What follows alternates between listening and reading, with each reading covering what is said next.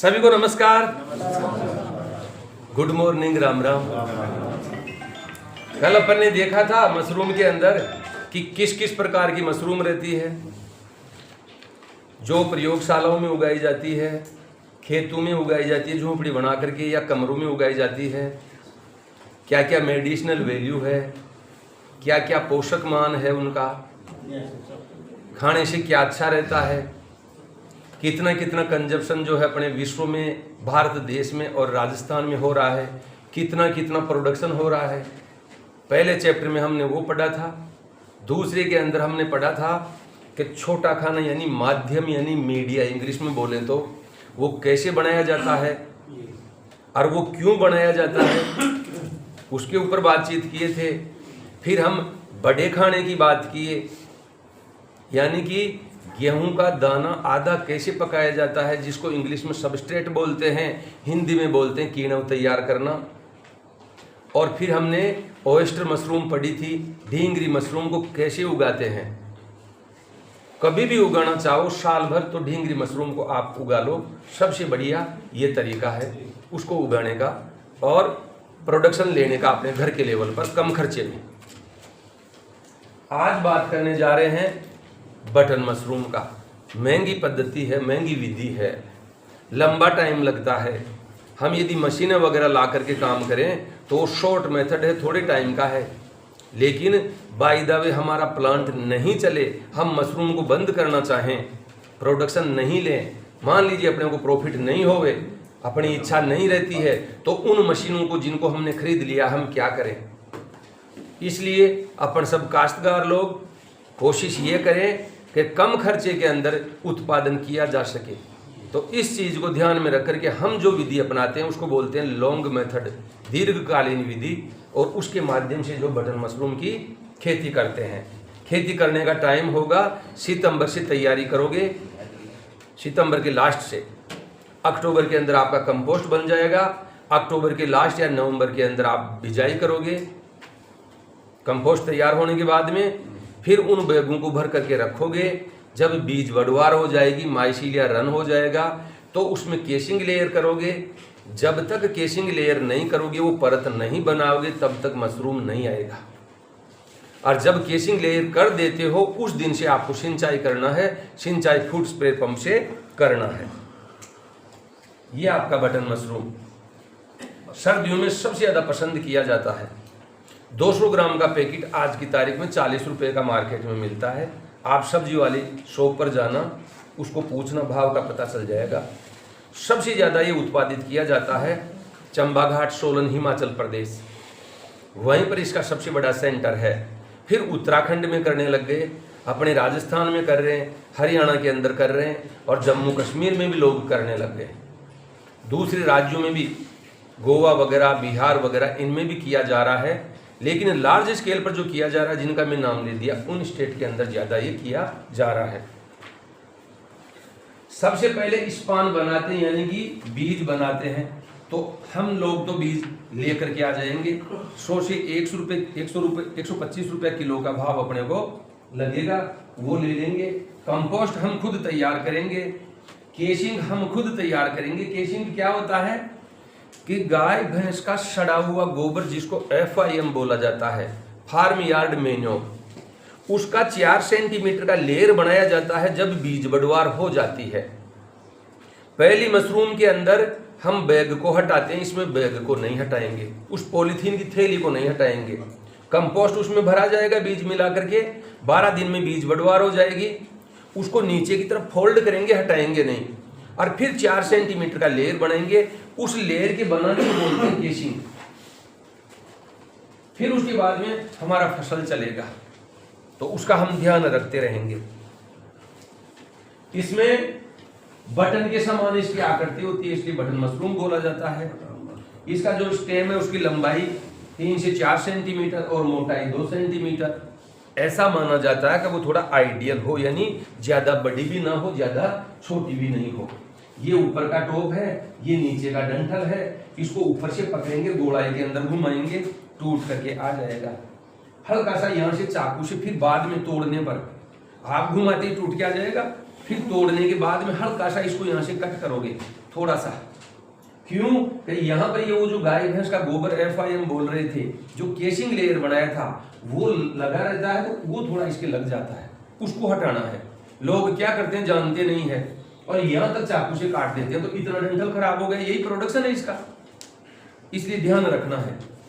ऊपर से टोल को पकड़ना, एक बार घुमा देना है, टूट करके हाथ में आ जाएगा। मान लीजिए आपको इसको निकालना है, थोड़ा सा इसके सिर पर हाथ रख के हल्का सा इधर घुमाओ, इसको इधर, इसको इधर, इसको इधर, इसको इधर, जगह बन जाएगी। इसको घुमा लो, टूट करके आ जाएगा।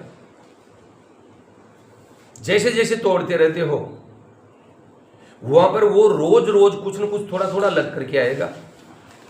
जो हमने ऊपर लेयर बनाई है, इसका मतलब वो रोज आता रहेगा, तो वो जगह बन जाएगी। जगह बन जाएगी तो जब भी हम ये केसिंग मटेरियल तैयार करेंगे तब थोड़ा ज्यादा तैयार करेंगे और एक डिब्बे में भर करके रखेंगे। जब भी जरूरत पड़ी उसके ऊपर डाला और पानी पिला दिया, ऐसा करते रहेंगे।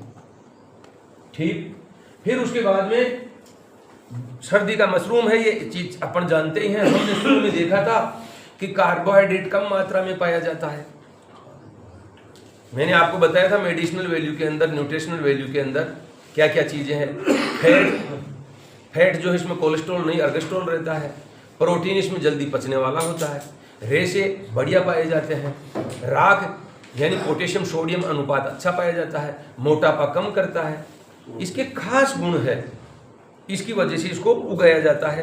प्रजातियों में अपन ने बात की थी इंट्रोडक्शन वाले चैप्टर में कि एगेरिकस बाइस्पोरस है, एगेरिकस बाइटोरकस है, दो है। इनमें से कोई सी भी स्ट्रेन आप ले सकते हो, लेकिन ज्यादातर इसी पर जाते हैं। एगेरिकस बाइस्पोरस को अपन करते हैं, ये बढ़िया रहता है।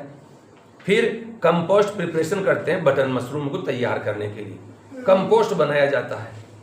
आपका जो ढींगरी मशरूम था उसमें हम 12 से 15 किलो से स्टार्ट किए थे, लेकिन यहाँ पर कम से कम 5 क्विंटल गेहूं का भूसा ताजा लेना पड़ेगा।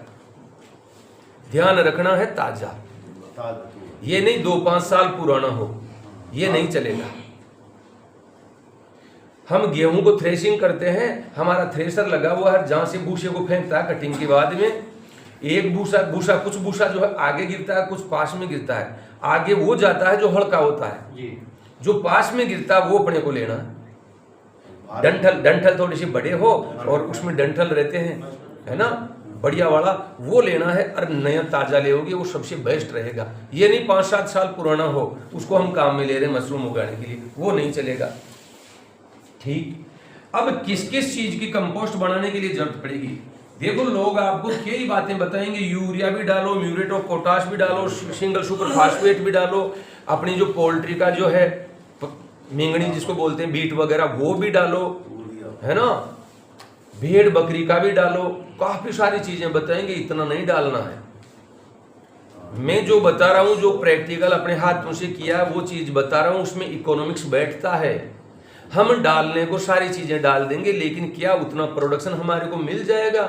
क्वेश्चन ये है। इसलिए ध्यान रखो कि किस किस सामग्री की जरूरत पड़ेगी। आपको भूसे की जरूरत पड़ेगी, गेहूं के चापड़ की जरूरत पड़ेगी, यूरिया की, जिप्सम की, इनकी जरूरत पड़ेगी। चापड़ क्या हो गया? गेहूं को पिसाते हैं, छानते हैं, छलनी में जो बच जाता है वही चापड़ है।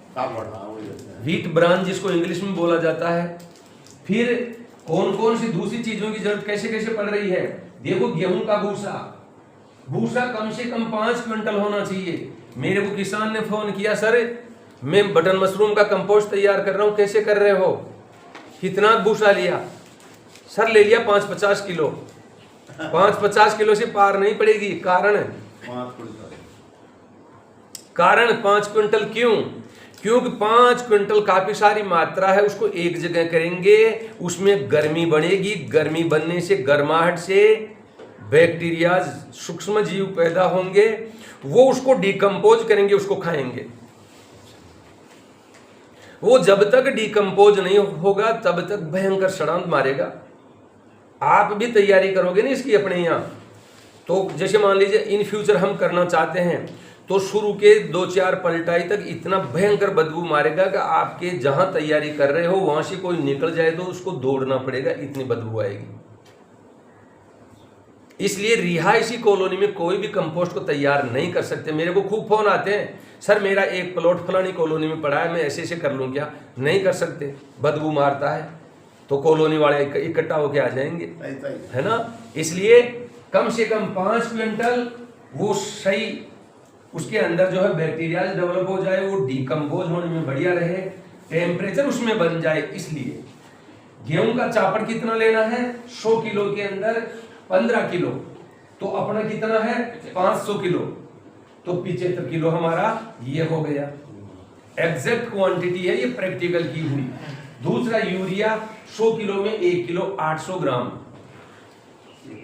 तो 500 किलो में कितना हो गया?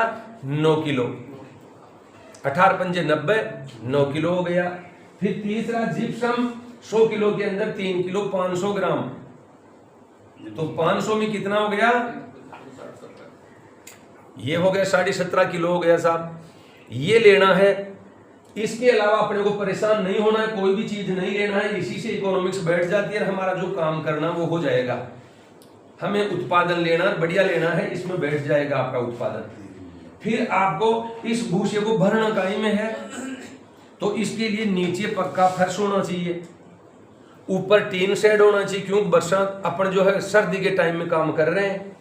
सर्दी में कभी कभी बारिश आ जाती है, अपने राजस्थान में बोलते हैं मावट हो गई। वो मावट यदि ये हमने खुले के अंदर कर रखा हो गई, हमें ध्यान नहीं दिया हमने, तो उसके अंदर पानी गिर करके सारा मामला बिगड़ जाएगा। फिर उसमें जो रेवड़ी के अंदर उगती है ना, कोप्राइनस जिसको बोलते हैं, इसका खरपतवार स्याही मशरूम, केवल वो उग जाएगी, आपके मशरूम को तो उगनी नहीं देगी। इसलिए पक्का नीचे फर्श और ऊपर टीन शेड हो, यहाँ पर जो दीवार हो 2-5 फीट तक, उस पर जाली हो। इसके ऊपर गवर्नमेंट आज की तारीख में 20 लाख रुपया दे रही है टोटल कॉस्ट, उसमें से 40% बैंक एडेड सब्सिडी है। इसको बोलते हैं कंपोस्टिंग यार्ड। मशरूम उत्पादन करना चाहते हैं, झोंपड़ी बनाना चाहते हैं, कमरा बनाना चाहते हैं, उसके लिए गवर्नमेंट 20 लाख रुपया टोटल मान रही है, उसमें 40% बैंक एडेड सब्सिडी, तो 20 और 20 कितना हुआ? 40।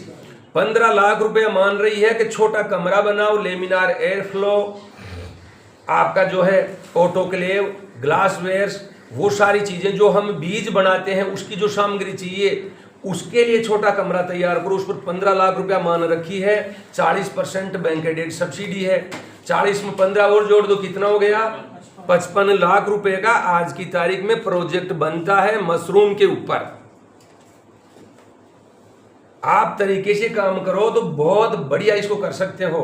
इसके लिए प्रोजेक्ट रिपोर्ट बनाना पड़ता है, अपने कृषि पंत भवन जयपुर के अंदर जमा कराना पड़ता है हॉर्टिकल्चर डिपार्टमेंट में।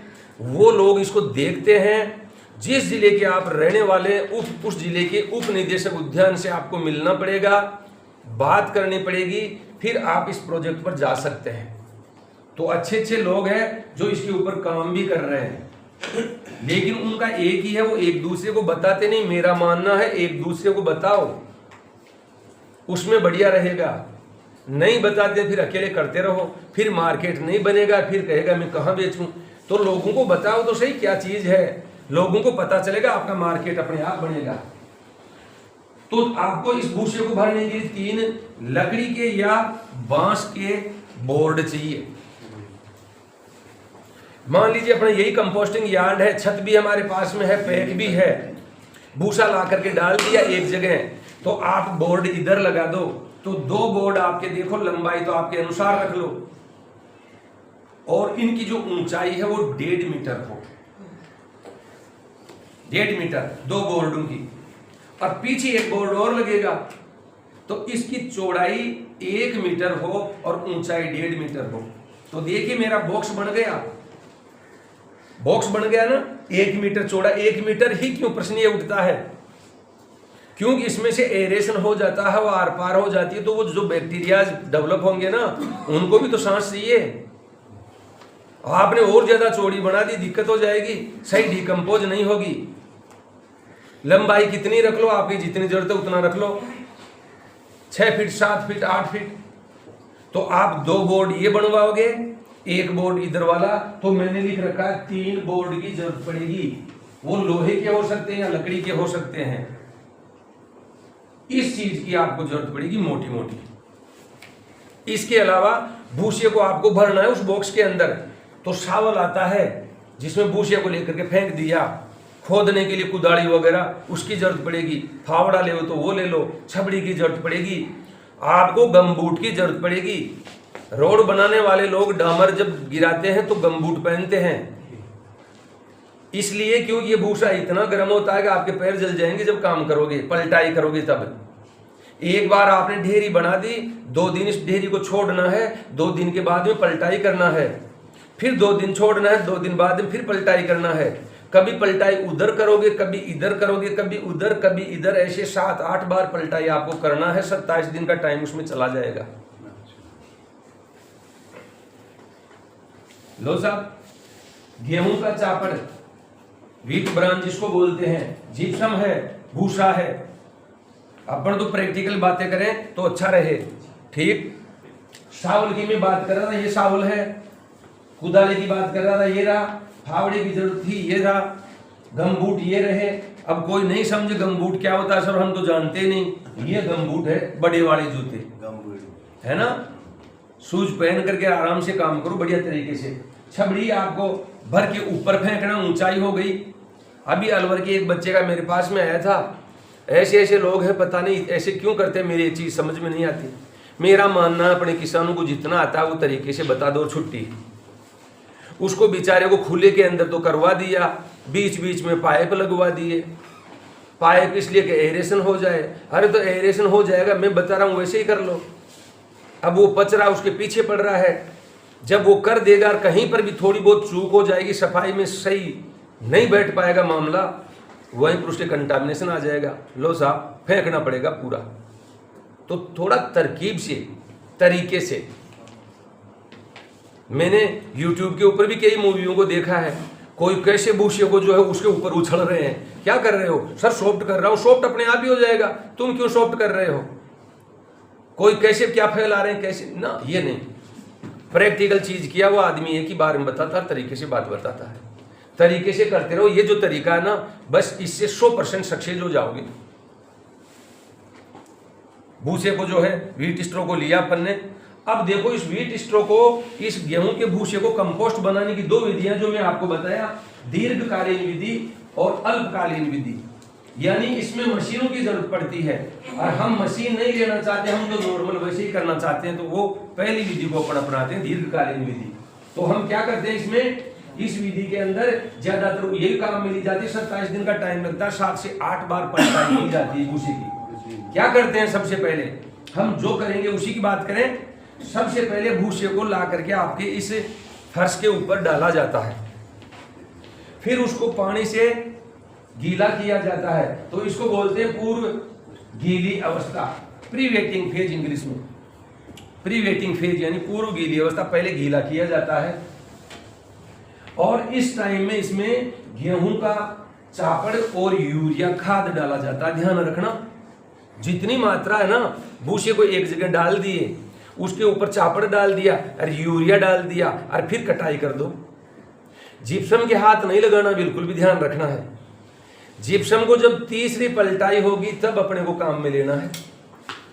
जैसे जैसे हम कटाई करेंगे ना उस ढेरी की, वैसे वैसे बीच बीच में बुरकते रहेंगे, कटाई करते रहेंगे, पलटाई करते रहेंगे।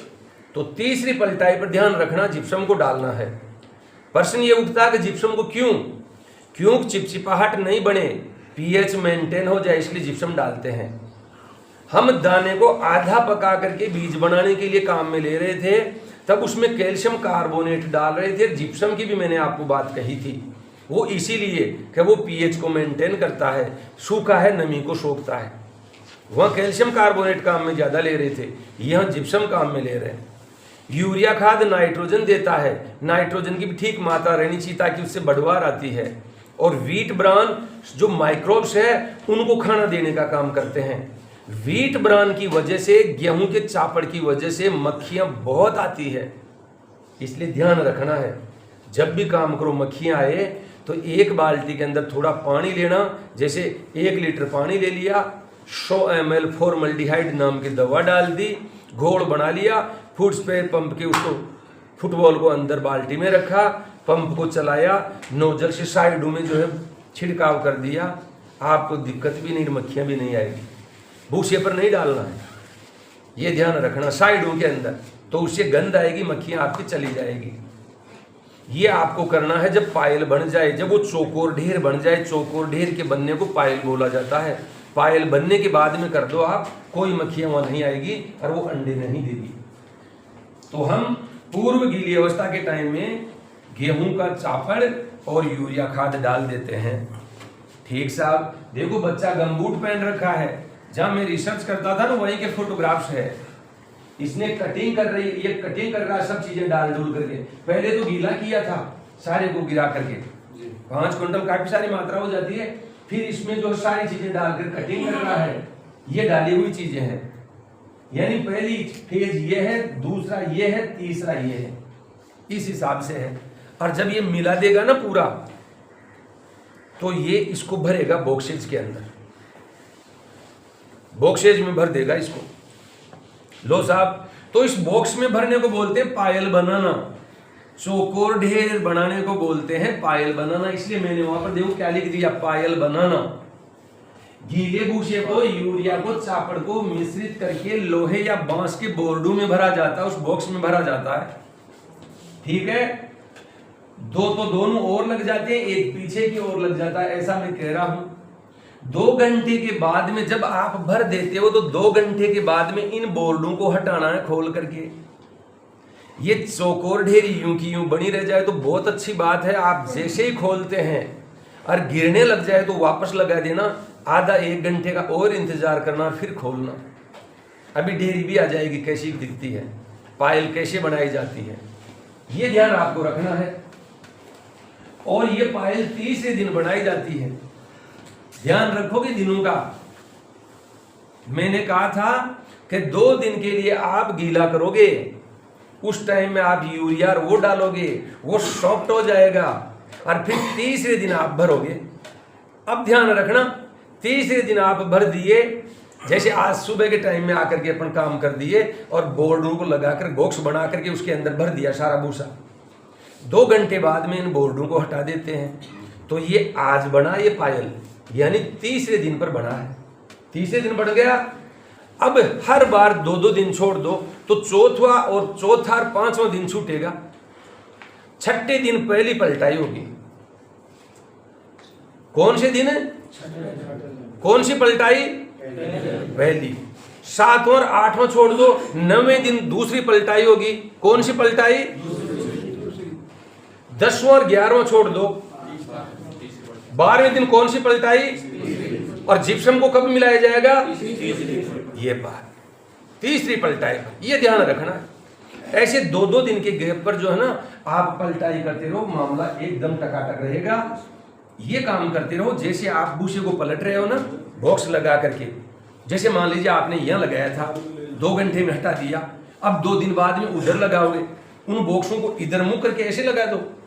अब इसको तोड़ तोड़ के वहां भरोगे। वो भरते टाइम में आप बीच बीच में पानी का छिड़काव करते रहना। इतना ही करना कि नीचे से पानी भी नहीं निकले ज्यादा। मान लो निकल जाए तो हम क्या करेंगे, ढलान वाली साइड में एक छोटा सा गुड्डी पिट बना देंगे, एक खेड़ी टाइप का, उसमें जाके पानी इकट्ठा हो जाएगा। एक बाल्टी में जग से उसमें वापस लिए और इसी के ऊपर डाल देंगे, बीच बीच में पाइप को रोक देंगे, इसको डाल देंगे। यदि निकल के जाता है तो ये बहुत काम की चीज है। इसका जो एक तरीके से खाना है ना, वो है, उसको बर्बाद नहीं होने देना। इसीलिए बरसात आ जाती है, इस सारे माल को निकाल देती है, फिर कुछ नहीं डंठल बचे रह जाते हैं, फिर कोपराने से आता है, मशरूम तो आती नहीं। इसलिए कह रहा हूं कि ढकी हुई जगह हो, पक्का फर्श हो, सीमेंट का हो।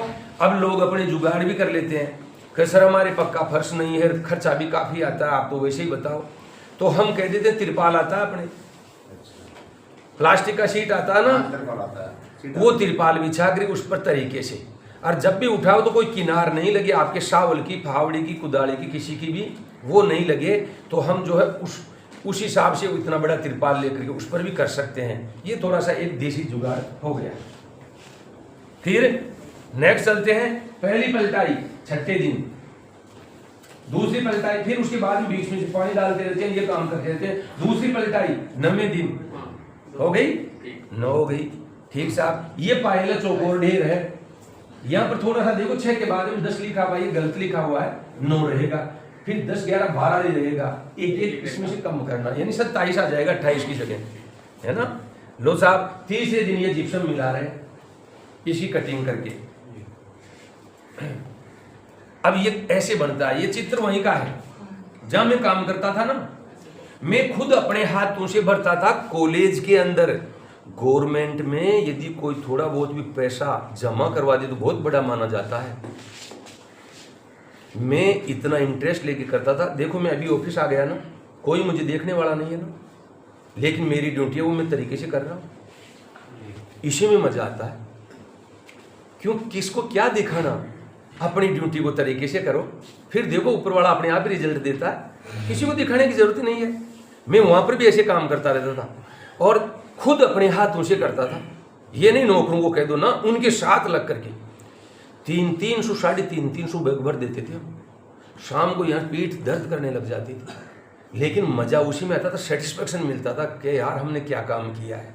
खुद करके देखते थे, तब जाकर के इतनी चीजें आती, ऐसे नहीं आती।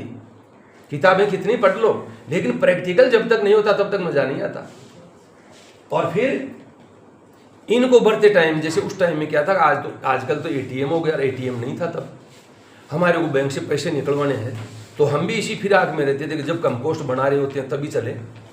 क्यों, हम कंपोस्ट में पलटाई करते, खुद ही करते, 2 लेबर रहते थे, हम डॉक्टर साहब मेयर हम करते थे। जैसे पलटाई करते थे वो जो गंद निकलता था हमारे कपड़ों में घुस जाता। हम बैंक में जाते तो हर आदमी हमारी तरफ रही, और हमें यही चाहिए था।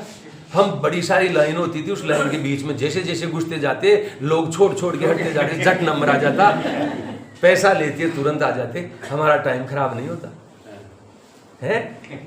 उस टाइम में फिर जब मशरूम आती तो मैं रोज रिकॉर्ड रखता, कितना बेचा आज का, कितना। 200 ग्राम के पैकेट बना देते, फ्रिज के अंदर रख देते। सामने सिख कॉलोनी था, अपने सरदारों का गुरुद्वारा था, वो लोग आते थे, उनको पता रहता था। 10:30 बजे ऑफिस जैसे ही खुलता, 9:30 बजे, और 10:30 से स्टार्ट हो जाते और लेकर के जाते। मैं सारा करता रहता। 32,000 रुपये महीने का जमा करवाया हुआ हूँ कॉलेज में। हमारे एक अकाउंटेंट थे, तो डायरेक्टर रिसर्च में जमा करवाने जाता था ना, तो वो जो कोई लगे रहते थे ना लाइन में, उनको साइड में कर देते, तो साइड में हटो, सत्यनारायण जी को आने दो, पैसा लेकर के आए। और हर महीने जमा कराता था। आज भी वो रजिस्टर बिल्कुल रिकॉर्ड है। तो देखो तरीके से काम करें तो तुम आनंद आता है। फिर एक नरेंद्र कुमार भैया थे, पिछोला झील के आगे रहते थे, वो मुझे कहते हैं सर मैं फेल हो गया। मैंने कहा अब की बार पास होगे। और जब मैं उनको करवाने लगा तो इतना शानदार उत्पादन किया कि उसका उत्पादन आया, तब बड़े बड़े लोग जा करके उनके उसको गमले को पकड़ पकड़ के जिसमें मशरूम भरा हुआ है और साइडों में ले लेके फोटो खिंचाने लग गए। तो सच्ची बात यह है, अपने काश्तकार को बताने वाला होना चाहिए, वो कुछ भी कर सकता है, बस उसको सही रास्ता दिखा दिया जाए। क्यों, उसमें इंटेलिजेंसी की कोई कमी नहीं है, उसके पास में व्यवस्था हो। व्यवस्था नहीं हो पर जबरदस्ती पीछे पड़े रहे, वो गलत बात। जिसकी इच्छा हो जाए उसको। फिर उदयलाल जी माली है और किशन सिंह जी राजपूत है, दोनों इतना कहना मानते थे कि मैं ये कह दूंगी ये होगा ये नहीं होगा, तो वो ही करते थे। अब बताओ ऐसे लोगों को कैसे भूल जाए। जब तक मैं रहा 6 साल तक इतना शानदार काम करते, जबकि मैं पहले गया था इन लोगों के पास में बैठता था, लोग मुझे कहते थे यार ये नया बच्चा जयपुर से आया, अभी कॉलेज से निकल के आया, इसको नौकरी करना नहीं आता।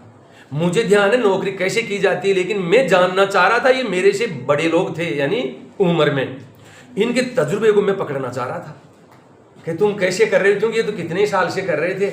और उसको मैं पकड़ते पकड़ते इनके पास में बैठ करके, जबकि लोग ये कहते थे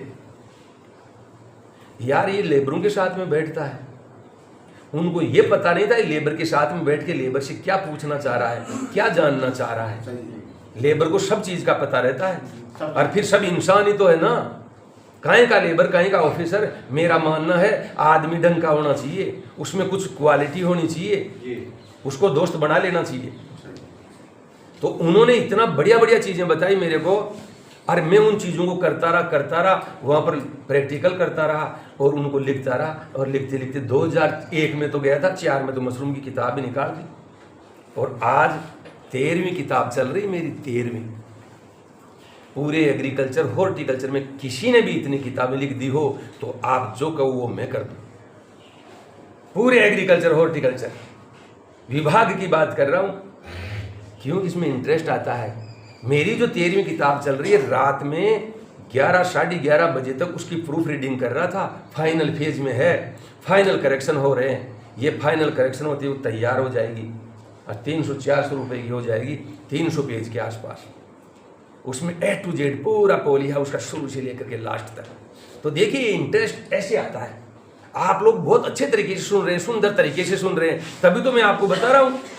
आप ही नहीं सुनते तो फिर क्या। आप कल से आए हो, कितना तरीके से बेसब्री से इंतजार कर रहे थे, मुझे ध्यान है। तो फिर उसमें आनंद ही आता है और वो आदमी फिर सक्सेस ही होता है। ले आओ, हाँ ले आओ। बोर्ड लगा करके इन्होंने बनाया। अब 2 घंटे का टाइम जैसे ही पूरा हुआ और इसको हटा दिया साहब, किसको, बोर्डों को हटा दिया। तो चौकोर ढेर बना हुआ है कि नहीं, इसी को फाइल बोलते हैं। देखिए प्रेजेंटेशन बता करके आपको जो पढ़ाने में आनंद आता है ना, उसकी बात अलग ही है। और आपके एक एक चीज समझ में आ जाती है। ये चित्र है, मैं आपको कहता पायल बना दी, पायल बना दी, आप सोचते क्या पायल होता है, लेडीज का पैर का पायल समझ जाते। ठीक बात है ना। अब यहाँ पर बता दिए इसको पायल, चौकोर ढेर को पायल बोला जाता है, तुरंत समझ में आ गई।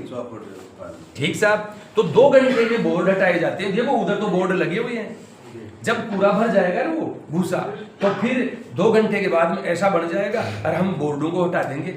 आज इधर बनाया मान लो, तो कल बोर्डों को ले जाके उधर बॉक्स बनाएंगे, इसको तोड़ तोड़ के उसमें भर देंगे। ऐसे 7 पलटाई करना है, फिर नेक्स्ट वाली इधर, फिर नेक्स्ट वाली उधर। अब तीसरी पलटाई 12वें दिन की जाती है। 100 किलो सूखे भूसे में 3.5 किलो के हिसाब से डाला जाता है। अपन ने कैलकुलेशन कर ही दी थी, पीएच को कम करता है, चिपचिपाहट को कम करता है, इसलिए डालते हो तीसरी पलटाई पर। फिर चौथी पलटाई कर लो, 5वीं कर लो, 6वीं कर लो, 7वीं कर लो, 8वीं 27वें दिन की जाती है। पलटाई करोगे तो ध्यान क्या रखना है, पानी देते रहना बीच बीच में। पहला काम, जैसे ही पायल कंप्लीट बन जाएगी, दवा का घोल तैयार करना है और उस पायल के आजू बाजू के अंदर कर देना, ताकि मक्खियां नहीं बैठे। समझ गए, बस ये ध्यान रखना है। और जितना साफ सुथरे तरीके से करो उतना बढ़िया रहेगा। यूं समझो आप, जब आप उस भूसे की पलटाई करो तो थोड़ा सा भी भूसा इधर उधर नहीं रहना चाहिए। आपका पैसा लगा है, समझ गए ना। तो उसको यूं समझो बहुत कीमती चीज है और तरीके से काम को करो। ये यहाँ पर 8वीं पलटाई जब कंप्लीट हो जाती है, ये कंपोस्ट बन जाता है। शुरू में आप देखोगे तो खूब सारा भूसा लगेगा। जैसे जैसे पलटाई करोगे तो उसकी जो है मात्रा कम होती जाएगी। पहले पीले कलर का दिखाई देगा, सोने जैसा, बदबू मारेगा पास में ले लिए तो। और फिर जैसे जैसे आप करोगे धूसर रंग का, भूरे भूरे रंग का, थोड़ा सा जैसे कंपोस्ट खाद होता है ना, उस कलर का हो जाएगा, है ना। और बदबू बिल्कुल नहीं आएगी। समझ जाना कि मामला सही बैठ रहा है। कोई कीड़े उसके अंदर कोई लटें नहीं होगी। हाँ, शुरू में लटें आ सकती है, खूब सारी चलेगी। आप सोचोगे अरे यार मैं तो बर्बाद हो गया। नहीं, चिंता नहीं करनी। मैं जैसे कह रहा हूं वैसे कर देना।